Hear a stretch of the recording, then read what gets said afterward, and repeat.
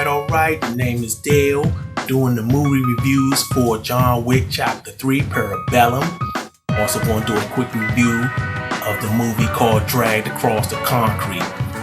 These movies are done on behalf of Audio Liquor Magazine. I'm going to start off with John Wick, that stars Keanu Reeves. I'm going to be honest, Keanu Reeves is not a great actor, far from it. He's average at best, but somehow, some way, he's been able to put some classics or near classic action flicks on his resume, such as Point Break, which is a classic to me. You have a very good action flick in Speed, all three Matrix movies. I only consider the first Matrix a classic, but there are other people that think otherwise.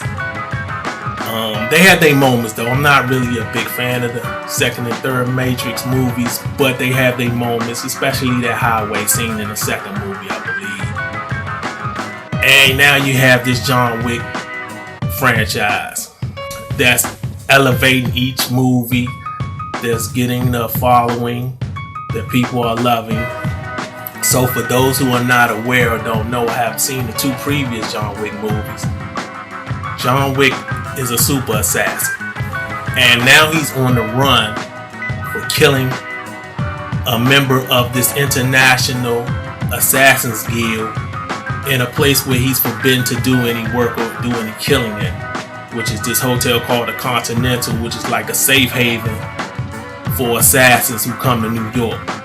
So now he has this $14 million price on his head, and you got all these hitmen coming out the woodwork. And you would have to have seen the second John Wick film to get a better understanding of this movie. And you have, returning to the cast, you got Ian McShane, Lawrence Fishburne, who was in the two previous John Wick films. And new to the franchise, you have Halle Berry, Mark DeCasco, Angelica Houston. And this movie is all about the action. That's what you go to see John Wick movies for. And there's a lot of it. And they amp it up. The action is creative. You can tell they put a lot of thought. It doesn't get repetitive. It's not just visual noise. You have scenes where he's fighting in a library and he uses a book. I'm not going to spoil anything. You have another scene where they're in an antique shop and they're using antique knives to go at each other. You have another creative scene where he's in a horse stable and he's using the horses to his advantage. The next thing you know, he's riding a horse. Then you have motorcycles on the street fighting with samurai swords on the motorcycles. You have your traditional gun fu, which this movie is known for, this franchise is known for. Then Halle Berry's character has these two dogs that steal scenes. They are very enjoyable. They get into the action. These dogs are very well trained. I don't know how they got these dogs to do what they did. And I heard an interview where the stunt coordinator, so to speak, he said that most of the action with the dog was real. It wasn't special effects. It wasn't CGI. It wasn't computer graphics. So that was mind-blowing in itself. And the movie has some funny moments too, to my surprise. You got a few guys from the Raid movie. If you're not aware of the Raid, you must see Raid 1 and Raid 2. People think John Wick is the end-all be-all action flick. It ain't got nothing on the Raid 1 and 2. That's how good those movies are. So you got two characters from the Raid, I believe. They in a fight scene against John Wick, which is awesome. Very excellent scenes. And the only problem I had with the movie, which I'm nitpicking, I had an issue with the end. I left the theater. I found myself kind of questioning. I had questions about, could that really happen? Is that possible? But other than that, I really didn't have any problems with it. They left the door wide open to do another John Wick movie, which I heard they are going to do another one. The director of this movie, who did the two previous John Wicks, just a little FYI, he was a stunt double for Keanu Reeves in the second Matrix movie. So I found that interesting, that now he's directing Keanu Reeves in this series, in this franchise. And you're going to have a spin-off TV series of the Continental. So that should be interesting too when they ever do that. This movie is a must-see at the theater. I was thinking an A-, but I'm going to give it an A.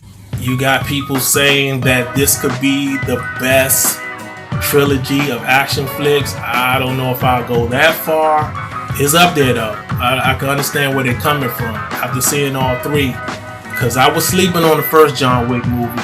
I didn't see it in the theaters. Didn't see the second one in the theaters either. I watched them at home, but when I first seen the first one, I said, okay, it's alright. I didn't understand the hype, but after I kept seeing it over and over again, I saw it several times again, I was like, it got better and better. So I can understand where some folks are coming from, but it's kind of hard to compare this to like Mission Impossible or James Bond or even the Jason Bourne movies, because there's so many of those and it's only 3 John Wick movies.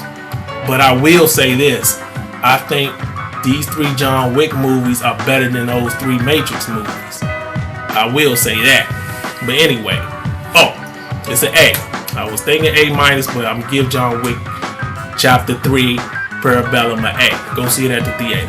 Now we'll move on to this movie called Dragged Across Concrete. I believe it came out earlier this year, but I ended up seeing it at home for the first time this past weekend.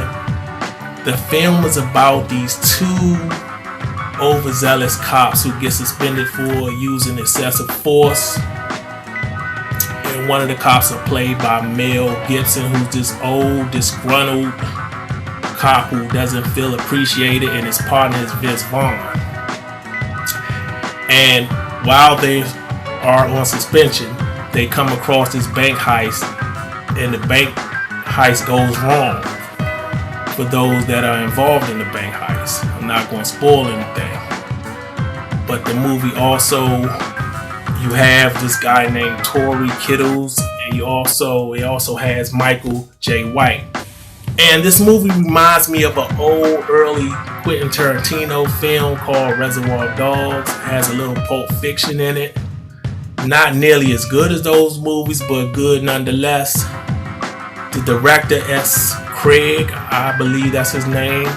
I'm not sure on his last name, but his past 2 movies were very good as well. He did a movie called Bone Tomahawk, which was like a Western horror flick. And he also did this movie called Brawl on Cell Block 99, which also stars Vince Vaughn. And this is Vince Vaughn like you've never seen him before. You know, we so used to Vince Vaughn being in those comedies such as Wedding Crasher, Old School, Dodgeball. He's done a ton of comedies, romantic comedies, things of that nature, but you ain't never seen him like this. So I highly recommend you go see, well, it's not at theaters, but you see it at home or any way you can see it on your computer, on your phone. Check out Brawl and Cell Block 99. A very violent, ultra violent film. So this guy has a good track record so far, 3 good movies, and I highly recommend you see Dragged Across Concrete. I give it a B+. I'm done, I'm finished, and there you have it.